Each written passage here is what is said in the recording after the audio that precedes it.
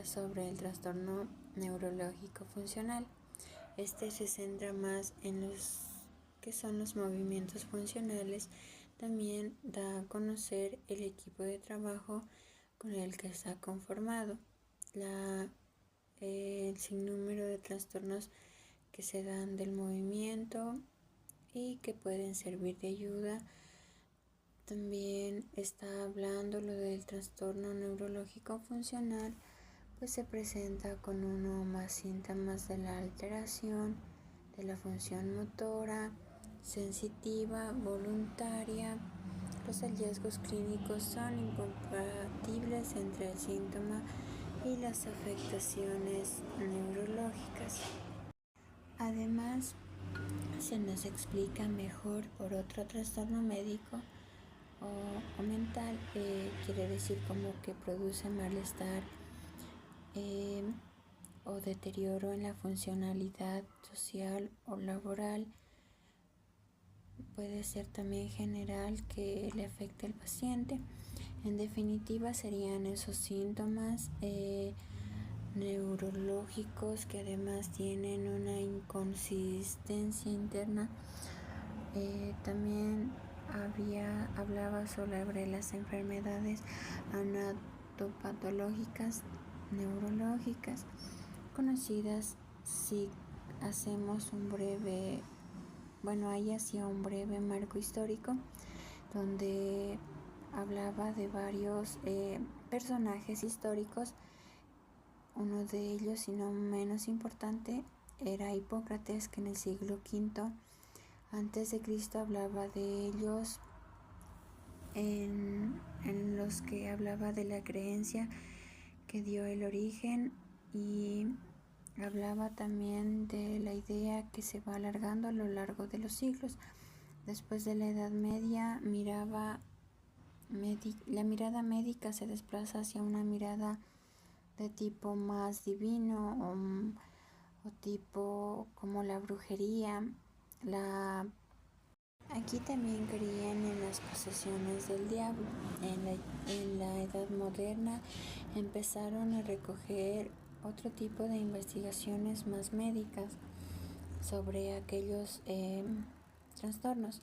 Es donde a partir del siglo XVII, cuando empezaban a hablar de una posible origen neurológica, hablaban de enfermedades de los nervios. Después un personaje llamado Cullen hablaba de las neurosis en el siglo XIX. Hablaba un personaje también que se llamaba Charcot, pues dice que resurge del interés médico por la histeria en los estudios que tenían en los trabajos de las enfermedades del sistema nervioso relacionados con lesiones de ciertas partes del cuerpo, del movimiento, con lesiones en el cerebro o lesiones dinámicas que estudiaban la histeria. El personaje Charcot planteaba que podía tratarse de pequeñas hendiduras en el sistema nervioso que podían activarse tanto por trauma físico como emocional. Posteriormente, en el siglo XX, con el concepto de la disociación, el concepto de la conversión, intentan acercarse también a explicar lo que podrían ser los trastornos funcionales.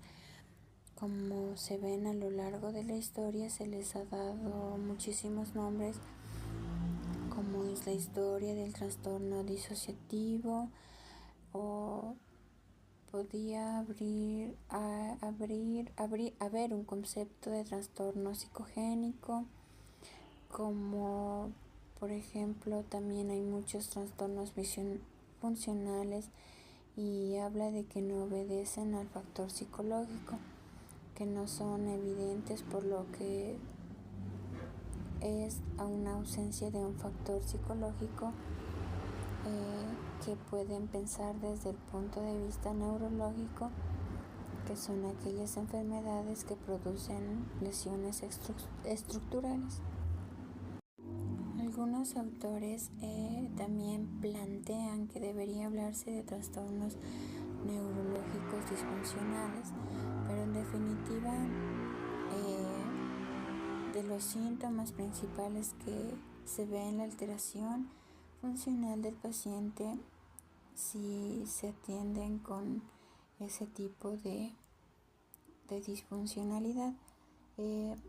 Hablaba de unas clasificaciones de DSM-1 que habla de reacción disociativa. El DSM-2 habla de neurosis histéricas que son tipo conversivo. El DSM-3 es un apartado en las neurosis histéricas. El DSM-4 añade sobre la funcionalidad que producía un gran estrés. El DSM-5 cuando recoge ya el término de trastorno de síntomas neurológicos. Funcionales también había las enfermedades neurológicas del sistema nervioso como trastornos mentales del comportamiento y del neurodesarrollo. También hablaba de la segunda causa más frecuente de consulta en neurología. El 16% de las consultas observaban que había especial movimiento hasta el 20% en los trastornos funcionales. Decía que es muy frecuente en pacientes jóvenes que en pacientes de edad avanzada. También había una incidencia en que más se daba en mujeres que en varones, que puede deberse a que hay un trastorno orgánico que ocurra esa enfermedad, la enfermedad neurológica demostrada y que cumplía algunos parámetros para detectar ese diagnóstico. Esto puede dar una gran discapacidad y puede ser dato importante para tener en cuenta porque ocurren en pacientes jóvenes y además una disminución muy grande de la calidad de vida. Incluso podría compararse con la enfermedad neurodegenerativa como el Parkinson o la esclerosis múltiple, y en los casos de los funcionales de la calidad de vida puede afectar psicológicamente al paciente y puede presentar múltiples pseudocrisis debido a este trastorno. También puede aparecerse la epilepsia y sin números de más afectaciones.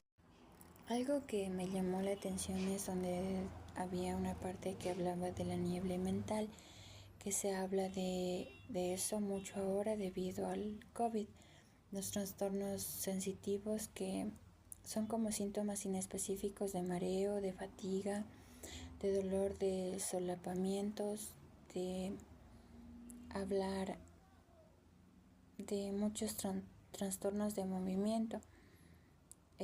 Se centraba en la presentación frecuente de temblores funcionales, seguidos de la distonía, las mioclonías, los trastornos de la marcha en el Parkinson. Para desarrollar estos síntomas existen factores predisponentes, precipitantes y perpetuantes, los cuales se verán como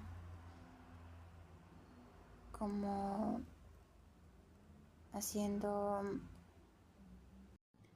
que se vea como un trauma, como se ve haciendo que va históricamente, que se refiere a que no solo es biológico, sino que debemos tener en cuenta que se debe a muchas dimensiones en las cuales pueden ser psicológicas o sociales. También hay varias teorías donde representa la posición motora y así sucesivamente. Otra teoría también conocida es la que habla de que el cerebro es una máquina de inferir información. Hay un ejemplo que se pone mucho, que es la que está en la habitación oscura. Si por ejemplo se levanta por la noche en una habitación que no conoce, lo que va a hacer es tantear físicamente y pues poner toda la atención y activar todos los sentidos, especialmente el tacto, para que le proporcione la información que vendría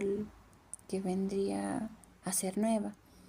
En cambio, si se despierta en una habitación que ya conoce, pues en la que dice que duerme todos los días, lo más probable es que el conocimiento que ya tenga de la habitación, el cerebro ya prácticamente se conoce y pues se desplace sin ningún tipo de problema. Esta teoría dice que es todo ante un evento precipitante, ante un trauma, por ejemplo, de cirugía o cualquier cosa que se podría formar.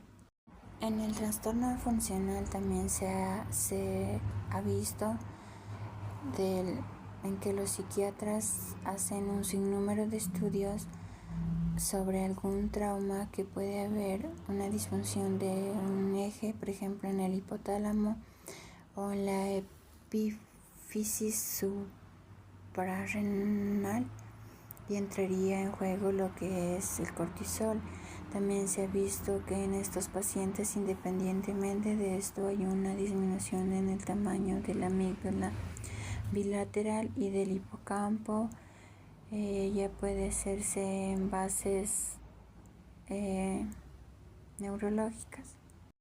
Además, se ha visto que en estos pacientes hay una disminución de la actividad en algunas áreas asociadas con el movimiento, como el área suplementaria motora, donde explica la dificultad que tiene el paciente para inhibir la acción o parar la acción. También se ha visto que hay zonas en las que puede estar menos activo y en las cuales puede conectar con esa amígdala. Había donde decía que hay unas zonas límbicas que podrían explicar los estímulos exagerados o el nivel de emocional en estos pacientes. La teoría de la inferencia activa, que es otra teoría que se conoce como la que habla del cerebro, donde es una máquina para inferir información, que hay un ejemplo que es el ejemplo donde lo ponían anteriormente, de conocer la habitación. Hablaba también del temblor, de la distonía, todo eso que puede ser en fase aguda. Además, no siempre puede haber un evento físico traumático o emocional. Se puede evaluar muy rápido e incluso hasta el nivel muy grave, o podría decirse incapacitante, donde frecuentemente puede haber incluso donde desaparezca y haya una incongruencia o una inconsistencia en los síntomas presentados. Va a haber momentos incluso en los que la distracción suele aumentar con la tensión. Un ejemplo podría ser donde un paciente que acude con trastornos neurológicos funcionales supone que hay un reto, ya que es crucial desmitificar la creencia de que son problemas meramente psicológicos o voluntarios. Parte fundamental del abordaje es la psicoeducación, explicando el mecanismo subyacente de forma clara al paciente. Métodos como la sedación con propofol pueden ser útiles tanto a nivel diagnóstico como terapéutico, al permitir evidenciar la reversibilidad de los síntomas. Asimismo, el uso de la toxina botulínica, que explicaba que puede mejorar temporalmente algunos síntomas funcionales, aunque su efecto es limitado. Es crucial abordar factores precipitantes, especialmente los antecedentes de un trauma psicológico como abuso o negligencia en la infancia. Esto suele generar un empeoramiento inicial en los síntomas neurológicos, pero es fundamental para el tratamiento a largo plazo. En general se requiere un enfoque multidisciplinario, como lo decía al principio en el video.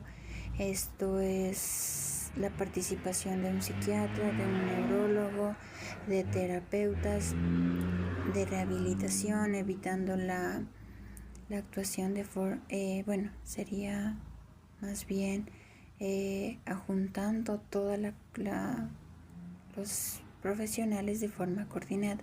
La identificación de la violencia de género como el factor de riesgo también podría ser relevante en este tipo de pacientes.